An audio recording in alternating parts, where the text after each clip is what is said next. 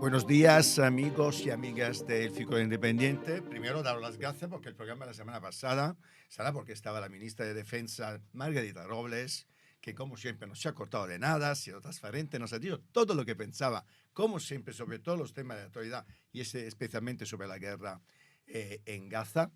Pues venimos también esta semana además a presentar un número muy interesante donde hablaremos muchísimo de periodismo. Hablaremos de inteligencia artificial con el ex ministro César Antonio Molina, que viene a presentar un libro muy, muy interesante. Y luego nuestras secciones de siempre, el círculo en colores, la ventana en el mundo desde Londres con Julio Bruno.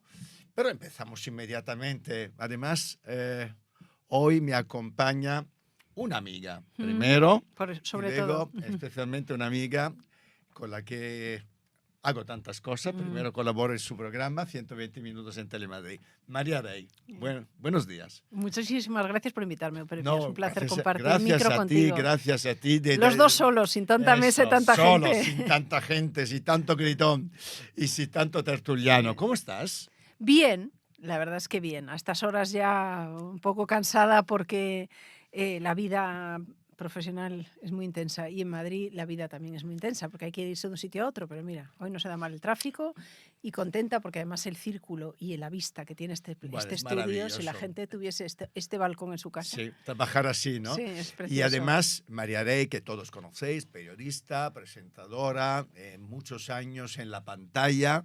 Ahora mismo una de las reinas, aunque no te gusta nada que se hable de reinas a mí me de la puedes llamar, mañana. mis amigas me llaman reina porque ya nos llamamos por el apellido, pero reina de mi casa, reina de mis amigos, ya hablaremos de 120 minutos, este exitazo que tiene un mérito brutal, y lo digo también porque trabaja en ello. Pero antes me gustaría mucho hablar contigo, me voy a aprovechar que desde hace unos meses ya eres presidenta de la Asociación de Periodistas de en Madrid. España, de APM, de Madrid. Y me gustaría hacer un pequeño análisis o por lo menos dar una foto de cuál es la situación de la profesión en este momento. ¿Cuál es tu opinión? Luego vamos un poco en detalle, ¿no? Sobre determinados temas. Le pondría un adjetivo delicada, que es muy ambiguo, pero al mismo tiempo abarca las distintas situaciones, ¿no? El drama fundamental, y así lo recoge el último informe sobre la profesión, es la precariedad laboral en la que nos estamos sumidos, como muchos y tantos oficios, pero nosotros hemos notado mucho el bajón de valoración de nuestro trabajo, la calidad de los contratos, cuando los hay. Hay muchísimos todavía falsos autónomos. Ha entrado en vigor una ley que se supone que lo evita, pero este año son más que el año pasado. O sea, tenemos razones para estar vigilantes y preocupados. Hemos perdido mucho crédito. Los periodistas, el periodismo y la política son dos caras de una moneda, que cuando se cae al suelo pues se golpea por los dos lados. La política está en un momento de desprestigio y nosotros tampoco nos hacemos respetar lo suficiente porque otro de los dramas, que es otro de mis caballos de batalla, es somos periodistas y poco compañeros, ¿no? A veces somos demasiado adversarios. Debemos entender que estamos defendiendo un oficio que es un bien de la sociedad, no un bien nuestro. Nosotros somos meros transmisores, pero estamos defendiendo el derecho a la información, el derecho de los ciudadanos a que tengan una información variada, plural, garantizada, respetada desde las instituciones, desde los partidos, desde el poder económico. Tenemos que ser vigilantes con esto todo, si no arrimarnos a los intereses de cada uno, y es difícil. ¿Y por qué, María, es tan complicado ejercer esta profesión maravillosa de una forma independiente para empezar? ¿Y por qué ha caído tan bajo esta profesión, cayendo en un desprestigio? Estoy de acuerdo contigo, es paragonable, comparable a la de la política. ¿Por qué? Yo creo que el desprestigio, uso esa palabra en tono genérico porque se hace un extraordinario periodismo todavía y hay extraordinarios trabajos todos los días publicados. Ahora que me toca a veces participar en jurados, son emocionantes, algunos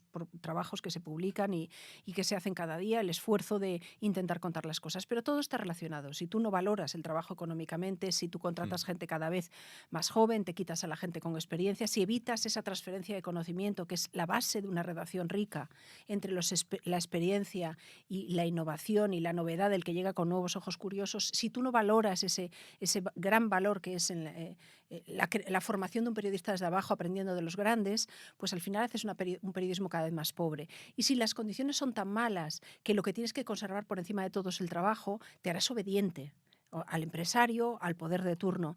Y es un círculo vicioso muy complicado. Te Y además esclavizas al poder, a los un- poderes. hay un elemento que yo no quiero olvidar, y es que también en esta profesión tenemos mucha exposición pública. Y eso favorece el ego. Y el ego a veces es un muy mal consejero para hacer un trabajo honesto. Tenemos más ego a veces que profesionalidad. Y otras veces, bueno, pues estamos arrastrados por una circunstancia en la que desde la última crisis del 2008 hemos perdido tanta calidad laboral que cada vez vemos espantados como las circunstancias de los nuevos periodistas son extraordinariamente Empezó malas. ahí el declive de la profesión en 2008 con la crisis económica. Quizás un poco antes, empezó un poco, nosotros teníamos nuestra propia transición del analógico al digital y de repente nos llevó por delante una crisis económica que cuestionó los modelos de financiación de los medios de siempre, que ya se estaban cuestionando por el propio cambio de sistema, ¿no? Cuando ya no está garantizada la publicidad, porque además hay que repartirla entre más y porque la publicidad en prensa ya no es rentable y entonces empiezas a retirarla porque empiezan a aparecer nuevas vías que son más baratas. Lógicamente, la base fundamental de un trabajo periodístico bien hecho es un respaldo económico. El momento en que todo eso empieza a fallar va encadenado, ¿no? Y ahí también coincidió con un momento de mucha oferta de mano de obra barata, de periodistas recién salidos que necesitaban trabajar y decían, bueno, ¿yo para qué quiero un señor de 50 o de 55 cuando te puedo tener dos de 25 gratis, por la mitad del sueldo o ni siquiera? Es alucinante, fíjate, María, tú sabes que doy clase en el FES de periodismo. Y es alucinante como tú sabes que la primera clase con los chavales la dedico fundamentalmente a hablar del código deontológico del periodismo, pero especialmente a decirle que no tiene que trabajar gratis. Sí. Porque lo alucinante es que una de las campañas sí, es alucinante. Que mantenemos en la PM, ¿no? Gratis no trabajo. Y es muy difícil porque yo trabajo en una televisión pequeña con un programa pequeño y modesto en el que tenemos tan poco presupuesto que a veces te ves en esa situación de pedirle a alguien un análisis de una situación y no le vas a pagar y eso es resultado de su trabajo, ¿no? Entonces lo único que compensa en la televisión es que la repercusión pública le devuelve por otro lado a lo mejor de su aparición, pero no es el camino. O sea, el trabajo hay que pagarlo porque si no se valora es que pierde valor. La persona, lo que hace, el contenido, ya no diferenciamos lo que está bien hecho, elaborado y trabajado de lo que no, lo que se hace con rigor de lo que no, vale, lo que se improvisa de lo que se prepara. Entonces, sí, lo que no vale. Y durante muchos años los contenidos eran gratis. De repente llegaron los agregadores de Internet y tú buscas cualquier tema y lo primero que te aparece es las noticias de prensa publicadas sobre ese tema. Pero ese agregador no le está pagando al medio por sacar esas noticias, ¿no?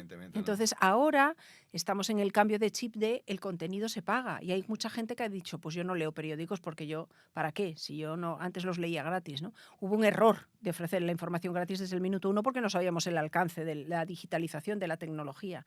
Ahora vemos que para sobrevivir tenemos que hacer que nuestro trabajo se valore. Por supuesto. Pero hablamos de tu etapa actual. Luego volvemos un poco a los problemas del periodismo porque me interesa mucho seguir hablando de muchas cosas que creo probablemente habrá que darle una vuelta, ¿no? Para que sigamos trabajando en esta maravillosa profesión.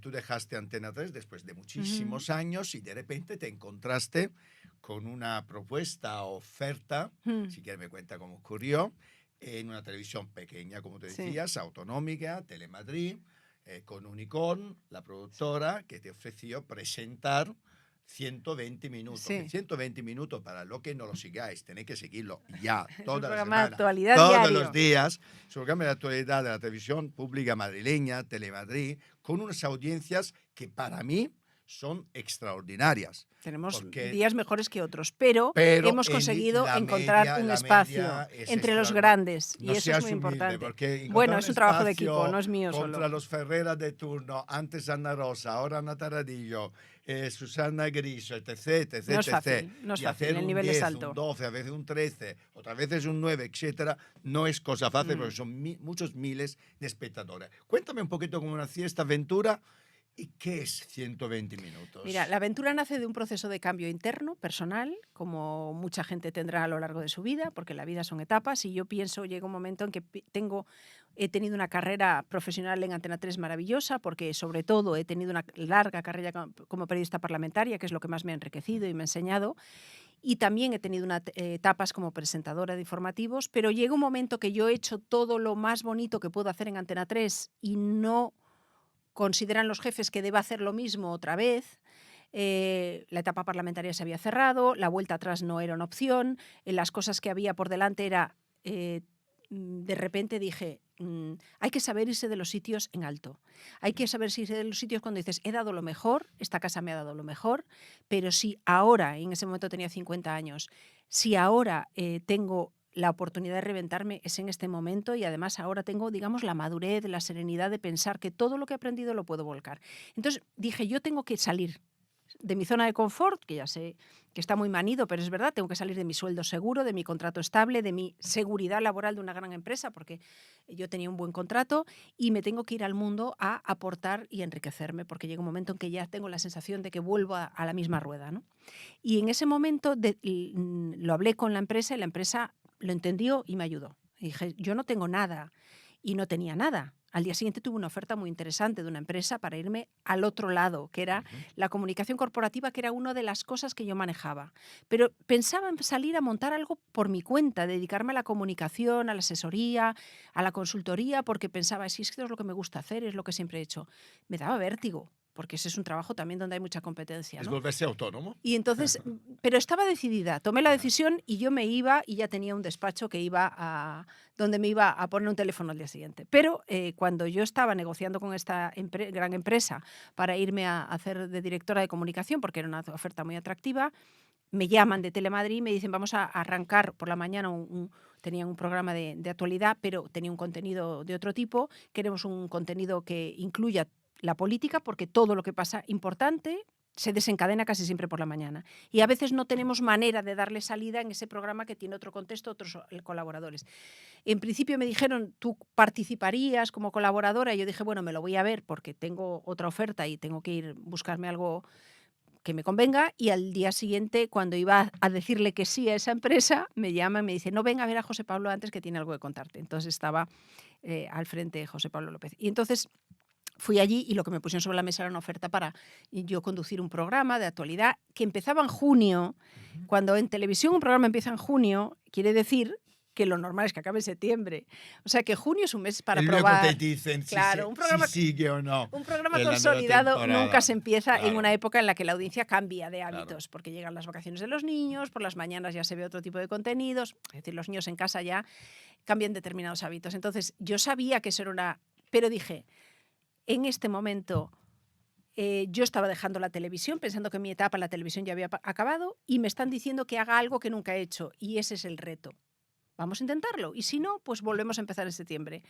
Y aquello se consolidó y lleva 5 años, más de 5 años, y se convirtió en una referencia informativa de la actualidad madrileña, de manera que, bueno, ya tenemos digamos, un público, digamos, fiel que sabe que 120 Sin duda, minutos es un programa en el que sin se duda. habla de todo. Se habla de actualidad política, económica, se habla de actualidad social, se habla de crónica de sucesos y se habla de emociones, porque tú y yo lo hemos hablado muchas Sí, sí. veces. Se habla de las cosas que nos pasan por dentro y a mí eso es lo Efectivamente. que me encanta, porque en ese programa empecé con miedo, diciendo cuál es mi papel. Yo siempre había hecho informativos, un presentador está muy encorsetado a no dar nunca una opinión personal, a limitarse a los hechos, y me di cuenta que esta era mi oportunidad de ser yo. Y o yo era como era, y me lo pasaba bien y disfrutaba y me abría, o si no, mejor retírate, porque no vas Pero a encontrar tu espacio. Pero ¿no? es curioso porque, y hay que hacerte una pregunta que no te la he hecho nunca. En este momento, presentadores y presentadoras de magazine y informativo hay muchos y hay diferentes estilos. Tú tienes una Yo creo que el magazine tú lo bordas porque además de forma muy emocional, muy sentida, muy personal, presentas y comentas con el resto, evidentemente, de colaboradores todos los temas, algunos muy duros, además, que tenemos que tratar todos los días. Sin embargo, estás muy alejada de un perfil de presentador, de magazine o de informativo que da su opinión claramente con una visión política determinada, ¿no? Que todo tenemos. Sin embargo, una cosa es comentar noticias de actualidad de una forma bastante desenfadada, otra cosa y hacer tu speech, ¿no? Que ahora se Sí. lleva mucho. ¿Qué opinas de esta forma de presentar programas o informativos? ¿Te gusta o no te gusta? Bueno, ¿Crees que en la profesión eh, cabe este tipo de información en la cual se moja tanto un presentador yo creo que o una presentadora? la información en la gran variedad que hay de oferta informativa y de entretenimiento, porque nosotros estamos ahí en el infoentretenimiento, Claro. pasas de un tema a otro. Entonces, ahí cabe todo mientras se haga con honestidad y con rigor. Yo creo que hay que colocar las cosas en contexto. Yo digo Ujú. cosas en este programa que no hubiera dicho nunca presentando el informativo Por de las supuesto. 3 de Antena 3, porque yo ahí no tenía que enmarcar, añadir algún comentario más personal. Y sí lo añado porque yo también hablo de política, por ejemplo, desde el conocimiento de unos años trabajando muy Tantos de años en el cerca y tal, y Congreso. creo que lo tengo que aportar. Pues miren, a ver, no es casualidad que esta noticia salga hoy, porque ayer tuvieron este lío tremendo Por y hoy supuesto. les interesa. Entonces, a ver, y la gente no es tonta. Yo te digo una cosa, todo lo que digo siempre pienso que el señor que está al otro lado de la cámara me merece todo el respeto. Sea licenciado, doctorado o albañil, me da exactamente igual. Tenga estudios o no los tenga, no se puede tratar al público como si fuera tonto. Entonces, Y tú puedes algunos dar lo tratan. opinión de lo que quieras, Mm. porque ahí cada uno busca su opción informativa con la que se identifica. No trates a la gente como si fuera tonta, porque ellos son capaces de crear una opinión. Tú dale datos, elementos y criterios, si quieres, y dale la variedad, digamos, de opiniones que también damos desde distintas sensibilidades ideológicas que tenemos, por ejemplo, en 120 minutos y en tantos programas. Pero no pretendas que la gente piense en lo que tú, porque la gente va a votar lo que le dé la gana desde sus propias Sin duda, experiencias, sin duda. vivencias y conocimiento. También es verdad que cuando alguien pone la tele o la radio o lee una crónica, no busca que le lleven la contraria, salvo algunos que quieren contrastar. La mayoría de la gente busca Consenso. confirmar lo que piensa, Mm. que le den argumentos para mantener esa discusión con el cuñado. Y entonces busca al que le va a dar la razón. Entonces, usted piense lo que quiera. Hay gente que no soporta. Yo luego, a veces, muy pocas veces, abro Twitter y veo comentarios sobre lo que yo he dicho y algunos les odian lo que otros adoran, con lo cual ni uno ni otro. Probablemente ninguno de los dos esté en lo cierto y yo a lo mejor me equivoqué, lo di la razón. Pero mira, yo solo digo una cosa, en esta profesión la objetividad y todo eso son términos demasiado abstractos. La única norma fundamental que tiene que regir tu trabajo es la honestidad. Tú sabes que eso ha pasado así, ese es el conocimiento que tienes, esas son las fuentes que tienes y lo cuentas todo. Y luego la gente que saque sus opiniones, que los que están al otro lado son nuestros jefes, esos son nuestros jefes y más en una Sí, televisión señor. pública. Lo que manda es lo que nos pagan, es lo que Y, decide y si ellos, nos quedamos o no en si los antena. tratas como idiotas, al final se irán a otro lado, ¿no? En las últimas semanas hemos tenido, además tú lo has vivido desde APM, evidentemente, muchas polémicas, ¿no? En relación, bueno, lo hemos visto en el Congreso, tú has estado en el Congreso muchísimos años y has visto diferentes tipos, bueno, y has tratado con diferentes medios. Hemos tenido y tenemos muchas polémicas sobre determinados medios digitales que, según algunos, no deberían estar. No deberían ser acreditados. ¿Qué opinas de esta polémica? Porque además es una polémica, no sé si la han creado los mismos periódicos, la han creado los políticos, Bueno, opinando sobre si tienen que estar o no yo creo que determinado periodista o falsos periodistas todos lo o alimentan. Yo supuestos tengo muy claro que el periodistas. derecho a la información se tiene que garantizar y que tú no puedes denegar la acreditación en ninguna institución pública, ni deberías hacerlo en ningún partido porque alguien no comparta tu criterio político. Eso, primero, el derecho a la información está por encima de todo. También creo que igual que un periodista tiene derechos, tiene obligaciones. La primera es respetar el código deontológico, que es informar desde el rigor y no desinformar, ni utilizar un micrófono de una sala de prensa para hacer un debate con un señor que está representando a una serie de ciudadanos que tú puedes no estar de acuerdo con lo que han votado, pero a él Tiene le que han votado respetarlo. y a ti no. Entonces tú tienes tu opción de pregunta, de repregunta y si te dan la opción de volver a preguntar. Y este señor está en su derecho de contestar o no contestar. No de faltarte al respeto, porque tú también estás representando el derecho de los ciudadanos a preguntar. Entonces, yo he trabajado 20 años en el Parlamento sin tener ningún problema y había gente con la que no compartía nada. Y hay mucha gente con la que me siento en una mesa con la que no comparto nada de su diario político, pero desde el respeto a la profesión y al oficio de cada uno. Hay gente que está diciendo que es periodista y luego se sube a un camión de Son la activistas policía con una políticos. bandera a saltarse las normas o a Mm. tirarle una botella a la policía. Pues un periodista, si hace eso, tiene que ser juzgado como ciudadano, no como periodista, porque somos Mm. ciudadanos, no somos ni más ni Bueno, menos sin que los embargo, demás. tenemos muchos casos, entre comillas, de supuesto periodistas que Bueno, son pero activistas políticos. pues, obviamente los tenemos y lo estamos Entiendo, viendo. Han claro. deteriorado con su actividad, con sus interrupciones, con sus ofensas, a veces Mm. insultos que han quedado grabados en micrófonos del Congreso, han deteriorado un clima que era extraordinario. Por el Congreso, los periodistas parlamentarios, aunque la gente piense que llegamos allí y hacemos el directo, pues No, no, mi trabajo era no. empezar a las 8 de la mañana y Hemos- salir después del Y directo hay de un las 9 de nivel la noche. enorme, muchas Te tragabas horas. tantas horas de ruedas de prensa para sacar 30 Mm. segundos de directo, una crónica de un minuto, tantas horas de pleno. Entonces, solo podíamos salir adelante.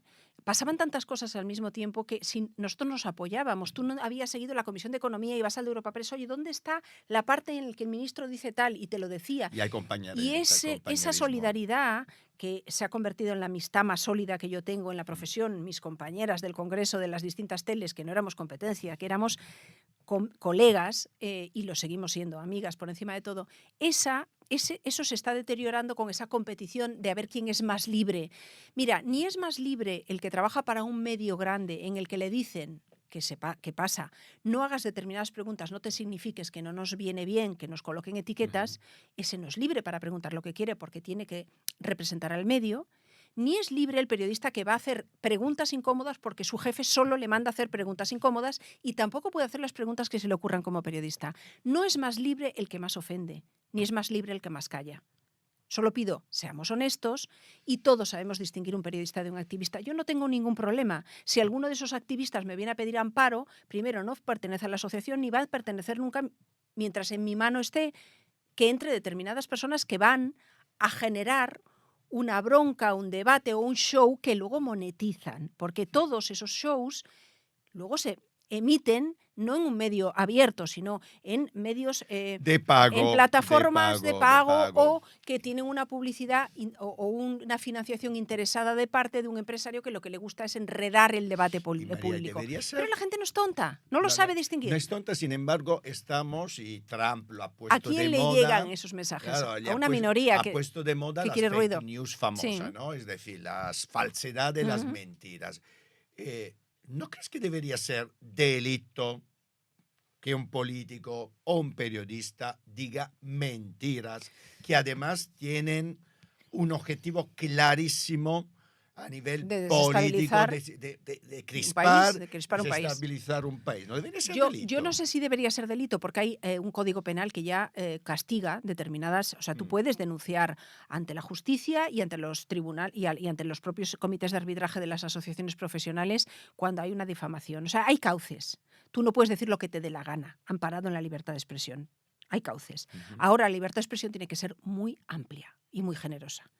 Y ese es un debate que tenemos ahora, donde le ponemos el límite. Hay un debate sobre reformar las propias normas que dicen si quemar una bandera o si quemar una fotografía de determinado representante institucional debe ser o no delito. Yo creo que ahí la libertad de expresión tiene que ser muy amplia, porque cualquier intento de restringirla es muy fácil caer ya en una censura ideológica. Pero ante lo que decías, estamos en la era de la desinformación, nunca hubo tantas opciones y no fue tan fácil difamar. Hay noticias que a todos nos llegan todos los días por WhatsApp. Yo insisto, el WhatsApp no es un medio de comunicación, es un medio de transmisión, de comunicación, no de comunicación pública, sino de comunicación personal. Pero la única manera de combatir eso es periodismo del de siempre, con rigor, con fuentes, con contraste de las cosas. Solo si nos cargamos la profesión por el camino, la gente se va a quedar desamparada, no sabrá dónde están las noticias buenas. Tú has de las hablado, malas. María, muy bien del compañerismo que has tenido, que tienes con tus compañeras, con tus colegas del Congreso, cuando hacías información. Bueno, siguen siendo amigas tuyas, pero ¿por qué en este país hay tan poco compañerismo en la profesión? ¿Por qué, a diferencia de otros países, le hemos comentado antes de empezar el programa, en Portugal pues hay Se han una unido todos los huelga, se han periodistas unido para todos hacer los una huelga. periodistas para hacer una huelga. En Italia ha pasado 20.000 veces que te Que han aquí puesto tenemos la motivos, televisión, te han puesto la televisión pública en negro, Sí, justamente porque se había despedido de una forma improcedente a un sí. Aquí compañero se o han una hecho compañera. protestas en las Aquí televisiones se ha hecho públicas. protesta, bueno, hace Pero es muy años, difícil pero ¿qué porque pasa? Porque cuando se hacen las protestas hay medios que amparan a los que protestan y otros que amparan a los jefes de los que protestan. Entonces, es difícil. Primero, yo creo que volvemos a lo mismo. Es una profesión en la que el ego tiene demasiada presencia, en la que la presión del poder en una profesión cada vez más precarizada tiene mucha capacidad de influencia, porque al final tú quieres entre decidir tu verdad y tu bandera, o la verdad y la bandera de la profesión y el sueldo y el ingreso en casa, pues tienes que tomar una decisión incómoda. Y yo creo que eso tiene que ver con el ser humano, con su capacidad de ser. No somos todos iguales. En esta profesión no tú te buscamos mueves todo lo mismo. todos los días. Unos nos entendemos muy bien, otros no se entienden con nadie. Los que no se entienden con nadie, que se lo hagan mirar. Hay Los mucho que nos ego, Los que nos mucho entendemos muy bien ego. no hacemos más que enriquecernos Claro, de pero la hay gente mucho que nos ego, mucho rodea. ego. Entonces, bueno, por la misma razón podríamos pensar cómo en estos días que estamos recordando el Holocausto todavía Sí, podemos sí. estar viviendo guerras y diciendo quién es el bueno y el malo cuando se mueren niños. Bueno, pues en el fondo al final el ser humano tiene esas miserias y a Muchas. veces tiene menos de humano que de ser, ¿no? Mm. O quizás mucho de humano y poco de ser. No sabría yo A mí me gusta mucho, cómo definirlo. además que María, yo cada 2 por 3 la meto en líos, evidentemente, siempre que puedo, porque me parece Son una líos persona bonitos. muy especial, y de hecho la semana que viene presentaremos juntos una gala especial del musical Bailo Bailo en el Capitol, dedicado a los grandes éxitos de Rafael Acarrá y dedicado fundamentalmente a la lucha contra la violencia de género. De hecho, parte de la recaudación la destinaremos al 016, gracias a la Fundación ANAR que trabaja, ¿no? En este caso. Entre los temas más duros que tratamos en tu programa es justamente la violencia de género. Cada vez que tenemos que abrir con un feminicidio, con un asesinato de una mujer por parte de su pareja o expareja, o quien sea, siempre es un momento terrible. ¿Cómo vives estos momentos? Hombre, yo creo que tú lo compartes también, ¿no? Lo vivimos como una especie de fracaso colectivo, porque sabes que una mujer que llega a ese nivel de soportar, que le quiten la vida antes, ha pasado mucho sufrimiento y a veces se ha callado.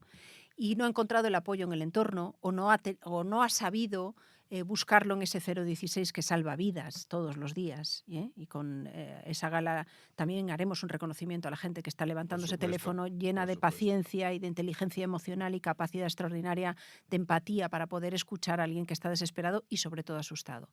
Si no le podemos hacer entender a esas mujeres que hay una vida después, si no hacemos que las políticas de apoyo a las mujeres sean tan eficaces que ninguna tenga la duda, porque sabe en el momento que entra a una comisaría que va a salir arropada, amparada y la están esperando en un nuevo hogar para ella y sus hijos, si no conseguimos convencer a los hombres que todavía creen que pueden acabar con una mujer porque ella ha decidido emprender una vida independiente fuera de esa pareja, fracasamos un poquito cada día todos, cada vez que alguien muere. De la misma manera que cada vez que alguien maltrata a un niño y no hemos implicado a toda la sociedad para estar vigilantes, o cada vez que hay uno de esos horrorosos detenciones de un pederasta y nos damos cuenta de que sigue habiendo gente que trafica con ese sufrimiento infantil y que les deja marcados para siempre, fracasamos todos, ¿no? Porque la sociedad está intoxicada con determinadas cosas.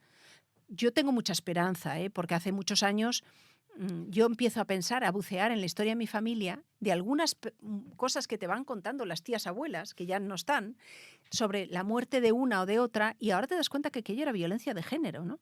Que lo daban como un hogar, como un accidente familiar porque el marido era guardia civil y se le había disparado el arma, la mató porque era suya. Ha pasado siempre, hemos avanzado mucho. Cada vez que alguien levanta el teléfono del 016 y esa persona encuentra una respuesta, es un triunfo de todos. Pero queda un trabajo por hacer y ahí tenemos que estar comprometidos. Sin duda, y os pedimos desde aquí, Que os María y suméis. yo, que miércoles os suméis todos a las 8 en el Capitol y os pedimos de venir. Es en bailobailomusical.com, podéis comprar una entrada, será barata porque queremos que todos estéis y os esperamos con los brazos abiertos. Y yo para acabar, María, quiero preguntarte por tus sueños. ¿cuál es el programa que sueñas algún día presentar? Si tienes alguno en la cabeza o que nunca te ha llegado esta oferta, pero te gustaría que llegara. Yo tengo muchos sueños yo propio, pero ninguno tiene nombre de programa. Ah, qué guay. No, Qué yo guay. sueño con seguir rodeada de gente que me quiere, sueño con encontrar mi camino personal y estar satisfecha conmigo misma, de acostarme tranquila, de levantarme animada, contenta y con ganas de aportar. Sueño con pasar el tiempo que pueda en mi tierra y contemplar la desembocadura del Miño, Galicia, ¿no? Galicia, Galicia. Ver el río Miño desembocar Qué chulo. con calma, porque me da paz, ¿no? Pasar más tiempo con los míos, disfrutar de la vida y aprender a morir. Fíjate, es Qué bonito, una qué lección bonito. a la que le estoy dando muchas vueltas y reflexiono mucho porque viví el proceso final de mi padre y tú estabas allí Sí. y me di cuenta del miedo que tenemos a medida que se acerca.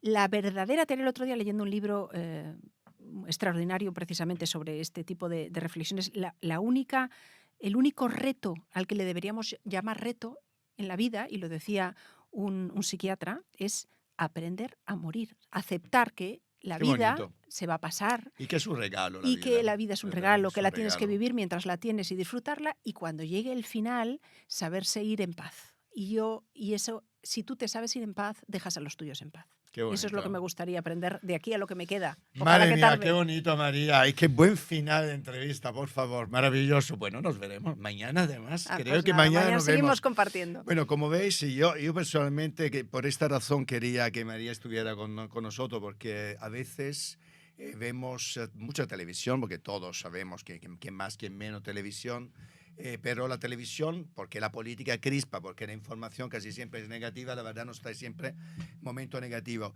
Y a mí, lo que siempre me ha aportado María, incluso cuando no trabajaba con ella, era paz, serenidad.